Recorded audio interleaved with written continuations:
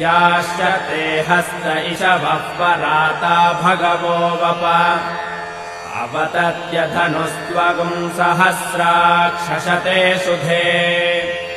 निशीर्य शल्यानाम् मुखा शिवो नः सुमना भव विज्यम् धनुः कपर्दिनो विशल्यो बाणवागुम् उत अनेशन्नस्येषव आभुरस्य निशङ्गतिः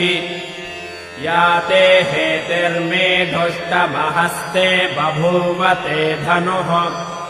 तयास्मान् विश्वतस्त्वमयक्ष्मया परिभुज